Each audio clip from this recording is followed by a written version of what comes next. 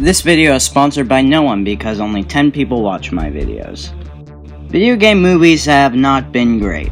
Often they feel lifeless and corporate, or sometimes just full-on weird. These movies get a pretty bad rap.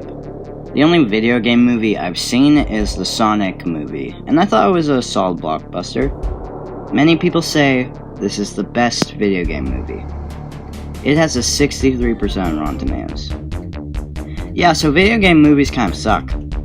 Why is that? Why is it so hard to make a video game movie that can at least be of the quality of the average blockbuster? It's hard to say. I'm not 100% sure, but I have an idea. The games the movies are based on are hard to put on film. With ones based on games that aren't very story-heavy, you have a problem telling a story about a video game as a story for a movie. Well, let's say it's a Mario movie. How are you going to make a movie with a platforming plumber saving a princess from a giant lizard without changing the source material a little bit?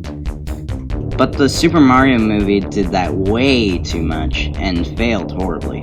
I feel like the filmmakers should look deep into the story source material and try to find something they could elaborate on within the pre-established universe, rather than completely recreating it. But what about those story-heavy games that are made into movies? Well, one example of doing this wrong is the new Tomb Raider movie back from 3 years ago. Wait, 2018 was 3 years ago? Oh my gosh. The problem people had was it was way too similar to the reboot of Tomb Raider from 2013. And this is the problem with the movies based on story-driven games. You often have this weird thing where it's basically the cutscenes of the game put into film, or some random side story that isn't at all connected to the games, maybe with original characters. Both these aren't inherently bad, but looking at the reviews, it doesn't seem to be working. But what if a combination of these things were in a game? Maybe it could work. I'm not saying these are reasons video game movies are bad, but it seems like an obstacle they have to avoid to make a faithful/compelling story. This is why I think the Metroid franchise would be perfect for a movie adaptation. Let me explain. The Metroid games aren't the most story-driven games on the planet. In fact, most have little to no dialogue. But it makes up for that with its atmosphere and reliance on visual storytelling to tell a narrative. Let me give an example. In Super Metroid, around the beginning of the game, you find yourself on a strange planet. You walk through the level and you know something. There are no enemies. You keep traveling the area until you need to backtrack to progress. And then this happens.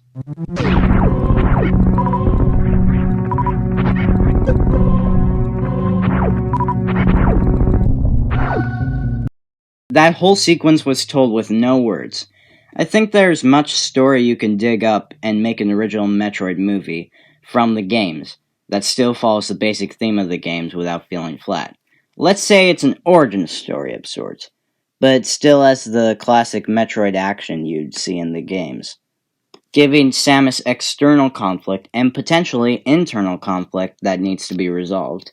Of course, that is an extremely vague description, but don't worry, I'm not done just yet. The games took a lot of inspiration from the Alien movies, so why not make a movie that follows the similar Alien style and have some original monsters in it to change things up? But you know you have to have the classic Metroid monsters like Ridley, Mother Brain, and whatever this obese crocodile is called. I think that the Mother Brain should be the final destination of the film, with Ridley being the looming threat to Samus as she tries to get to the Mother Brain. Potentially her internal conflict being trying to overcome her fear of Ridley, and potentially connect Ridley to a tragic event in Samus's life, like maybe the death of a loved one. Maybe also some conflict with the Mother Brain.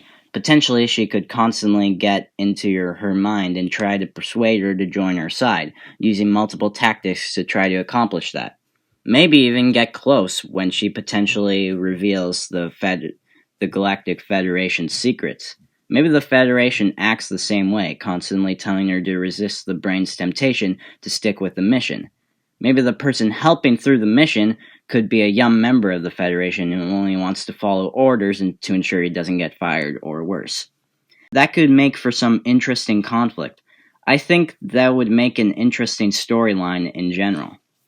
Maybe not just the alien style, but also a bit of mystery, like maybe Samus uncovers secrets about the Galactic Federation and questions their motives as they urge her to kill Mother Brain. Though the twist villain trope is very overdone, so I think it will work better if it was left for interpretation whether or not they were evil. I think it'd be a pretty fun movie, even if its other aspects fell a little flat. So here's how I would make the plot. The bounty hunter Samus Aran was assigned to take down the Mother Brain before she can take over the system or something. She is guided by Hal, who represents the Federation, and will tell them her what measures to take during the mission. She tracks Mother Brain to a mysterious planet with hostile creatures that won't stop until Samus is defeated. That in itself is bad until Samus discovers the space pirate Ridley is on the planet and is looking for Samus. This results in a long, brutal game of hide and seek, with Ridley getting more and more hostile and willing to do anything to kill Samus. While this is happening, Mother Brain is trying to convince Samus to join her side. In the process, she reveals that the Federation was planning to exploit the planet's resources in order to create weapons, though does not prove any evil intent. But another thing about the Federation is discovered when Samus discovers an old galactic research facility that contains what is believed to be the last group of Metroids. This reveals that Mother Brain and the Galactic Federation both want to use the energy of the Metroid for their benefit. This encourages Samus to defeat Mother Brain so it does not go into the wrong hands. But before she can get to the Mother Brain, she must have a fateful battle with Ridley, where she overcomes her fears and defeats the space pirate once and for all. And Samus goes off to defeat Mother Brain.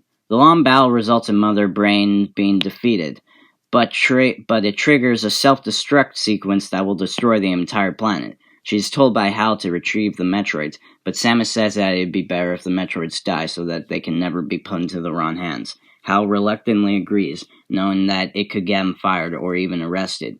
She escapes the planet, and before the movie ends, the camera moves to a little Metroid that is stowed away on Samus's ship. Yeah, so that's my Metroid movie idea. Hey, Nintendo, if you want to hire me, just let me know.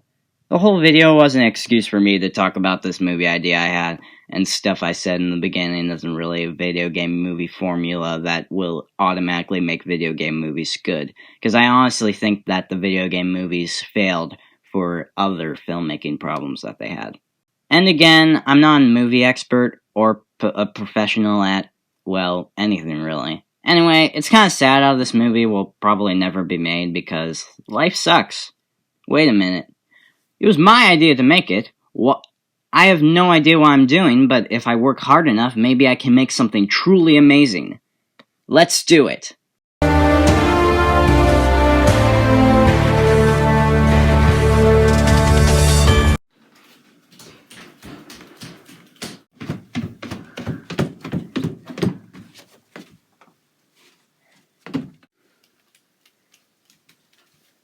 Haha, I'm Mother Brain!